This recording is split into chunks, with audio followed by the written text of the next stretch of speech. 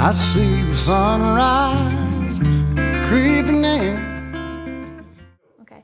Hey everybody, my name is Nicole Meyer. I'm from Minnesota, and today I'm just going to talk to you about the very basics of fishing and how to get started. One of the first places that I went to when I was just starting to fish was my local tackle shop. Go there, talk to the guys or the gals that are working.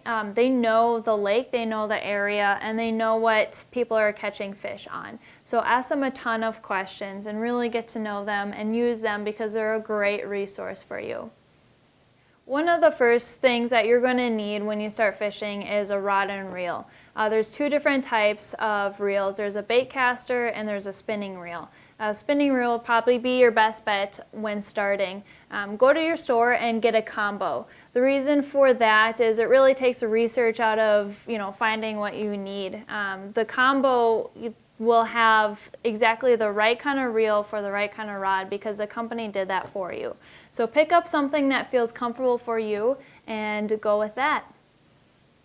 This is my spinning rod and reel setup. The reason why I use this is it's super versatile, it's very easy to use, and you can use this to pretty much catch whatever kind of fish that you're targeting. And it feels really nice. The next thing that you're going to need to consider is your line. This is what connects you to your bait and ultimately the fish. There's three different kinds of line. There's mono, there's braid, and there's fluorocarbon. Mono is probably your most used, your most common line that there is. It's versatile and it's an easy start.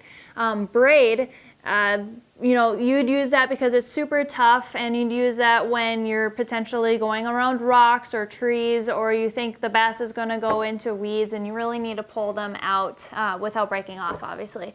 And then fluorocarbon is used as a good leader. It's almost invisible to the fish, and we can go into another episode what a leader is. Your rod and reel will have numbers on the rod where it tells you what pound test you should have for your setup. Pound test is how heavy of line you should have. This will make the rod and reel and your line all cohesive. The next thing that you're going to need is something to catch the fish on. That's why we're out here fishing.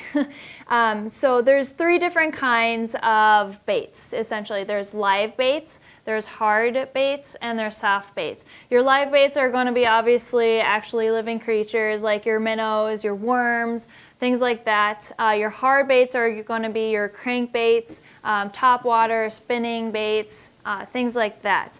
And then your soft baits are also soft plastics, or plastics that look like worms or potentially craws or newts or things like that.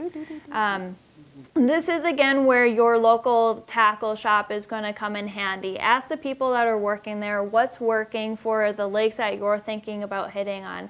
Ask them, what's the number one bait that people are catching bass on, or and whatever kind of fish that you want to catch.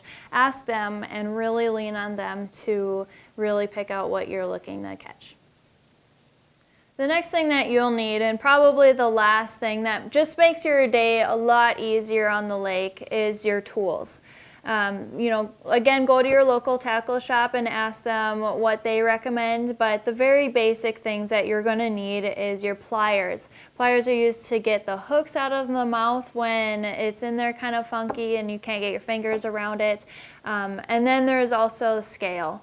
That obviously is more for bragging rights than anything, but there's two different kinds of scales. You can have the tube scale that just basically works on a spring, or you can have the digital scale. And then last would probably be a camera so that you can actually record, take pictures of your fish so that you're not telling those fish stories to everybody. You have proof.